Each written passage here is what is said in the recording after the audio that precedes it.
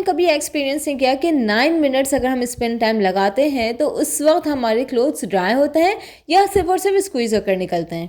किसी ने पूछा है कि after how much time should it be clean, तो खुदा शहजाद पूछनी है कि I have the same machine और इसमें भी डिटर्जेंट चिपक गया है सॉफ्टनर बॉक्स में, आपने कैसे क्लीन किया। तो अस्सलाम वालेकुम, वेलकम टू अनदर व्लॉग। आज का व्लॉग कुछ इस तरह है कि हम ऑटोमेटिक वॉशिंग मशीन यूज़ कर रहे हैं और हमें पता ही नहीं है कि हमारे स्पिन टाइम में हमारे क्लोथ्स किस हद तक ड्राई हो रहे हैं। क्या सिर्फ और सिर्फ उनका वाटर स्क्वीज होकर निकल रहा है या हमारे क्लोथ्स ड्राई भी हो जाते हैं। यानी स्पिन टाइम मैक्सिमम 9 होता है, लेकिन हम उसको 3 और 4 मिनट्स पे लगा के स्पिन कर देते हैं और उसके बाद हम क्लोथ्स को हैंग कर देते हैं और वो ड्राई हो जाता है। लेकिन हमने कभी एक्सपीरियंस नहीं किया कि 9 मिनट्स अगर हम स्पिन टाइम लगाते हैं तो उस वक्त हमारे क्लोथ्स ड्राई होते हैं या सिर्फ और सिर्फ स्क्वीज होकर निकलते हैं। और इसके अलावा आज हम एक्सपीरियंस करेंगे कि हम हैवी क्लोथ्स में किस तरह के क्लोथ्स वॉश कर सकते हैं। आज मैं वॉश करने वाली हूं अपनी 3 बेड शीट्स। उसके अलावा वो वाले क्लोथ्स जो वेट होने के बाद थोड़े हैवी हो जाते हैं तो मैं वॉश करने वाली हूँ हैवी फंक्शन में। उसके अलावा मैंने स्पिन टाइम देना है 9 और मैं देखूंगी कि 9 स्पिन टाइम के बाद मेरे क्लोथ्स किस हद तक ड्राई होकर निकलते हैं या किस हद तक स्क्वीज होकर निकलते हैं, कि कितनी देर मुझे हैंग करना पड़ेगा उसको ड्राई करने के लिए। तो आइए देखते हैं। मैं यहाँ यूज कर रही हूँ हैवी फंक्शन के हिसाब से 54 मिनट्स रिक्वायर्ड है और वाटर लेवल दिया हुआ है 6, लेकिन मैं इसको रखूंगी 7 क्योंकि क्लोथ जो है वो हैवी भी है और ज़्यादा भी है, यानी मेरे हिसाब से ज़्यादा है, तो इसलिए मैं चाहती हूँ वो ज़्यादा पानी में वॉश हो, तो इसलिए मैं इसका वाटर लेवल रखूंगी 7। इसके बाद आ जाता है वॉश टाइम उन्होंने दिया हुआ है 18, लेकिन मैं रखूंगी 10 क्योंकि मुझे लगता है क्लोथ बहुत ज़्यादा डर्टी नहीं है, तो 10 मिनट्स में वॉश अच्छे से हो जाएंगे।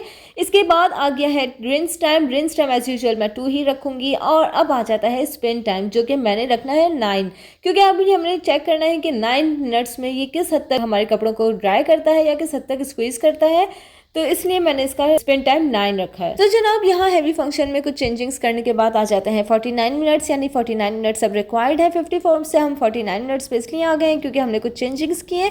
अगर आप कुछ चेंजिंग्स करना चाहते हैं तो आप अपने हिसाब से कर सकते हैं। ऐसा नहीं है कि अगर ये 1 टच है तो आपने 1 टच ही किया है और इसके बाद आपके क्लोथ्स वॉश हो जाए, चाहे वो 54 मिनट्स में हो रहा है या चाहे 60 मिनट्स में। तो इसको आप अपने हिसाब से चेंज कर सकते हैं। यानी अगर आपके क्लोथ्स कम है तो ज़रूरी नहीं है कि उसने 60 मिनट्स दिए हैं तो आप 60 मिनट्स में इतने से क्लोथ्स जो है वो वॉश करने के लिए छोड़ दें, बल्कि आप उसको अपने हिसाब से कम भी कर सकते हैं और ज़्यादा भी कर सकते हैं। यहाँ हमारी मशीन स्टार्ट हो चुकी है और इसके बाद जब ये थोड़ा सा पानी ले लेगा तो मैं इसमें क्लोथ्स डालूंगी और फिर सर्फ डालूंगी। जैसे कि मैंने आपको पहले भी बताया है कि मैं सर्फ डायरेक्ट नहीं डालती, थोड़ा सा पानी ऐड होने के बाद डालती हूँ, क्योंकि अगर वो टब में नीचे स्टिक हो जाएगा तो फिर वो मेरी मशीन ख़राब भी कर सकता है। और यहाँ मशीन ने थोड़ा सा पानी ले लिया है तो अब मैं डाल रही हूँ इसमें क्लोथ्स, यानी आपकी अपनी 3 बेड शीट्स, उसके अलावा 1 जेंट्स पैंट और अपना अपर, जो कि मुझे लगता है कि वेट होने के बाद हैवी हो जाते हैं, तो इसलिए मैं इनको वॉश कर रही हूँ हैवी फंक्शन में।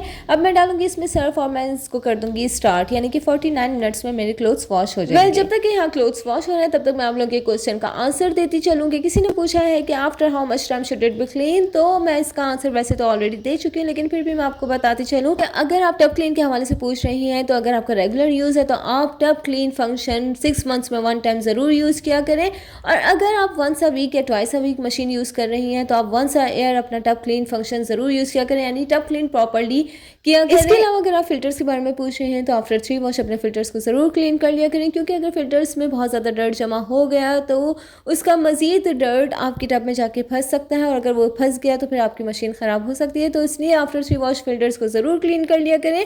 इस तरह आपकी मशीन भी सेफ रहेगी और आपके फिल्टर्स भी क्लीन रहेंगे। और अगर आप डिटेल में भी आंसर जानना चाहती हैं तो ऊपर दिए गए लिंक के ऊपर क्लिक कीजिए, आपको डिटेल में इसका आंसर मिल जाएगा। इसी तरह एक और क्वेश्चन है, हुदा शहजाद पूछनी है कि I have the same machine और इसमें भी डिटर्जेंट चिपक गया है सॉफ्टनर बॉक्स में, आपने कैसे क्लीन किया। तो जनाब मैंने इसको इस तरह से क्लीन किया कि नीचे की तरफ एक होल दिया हुआ है जिसमें से पानी आता है।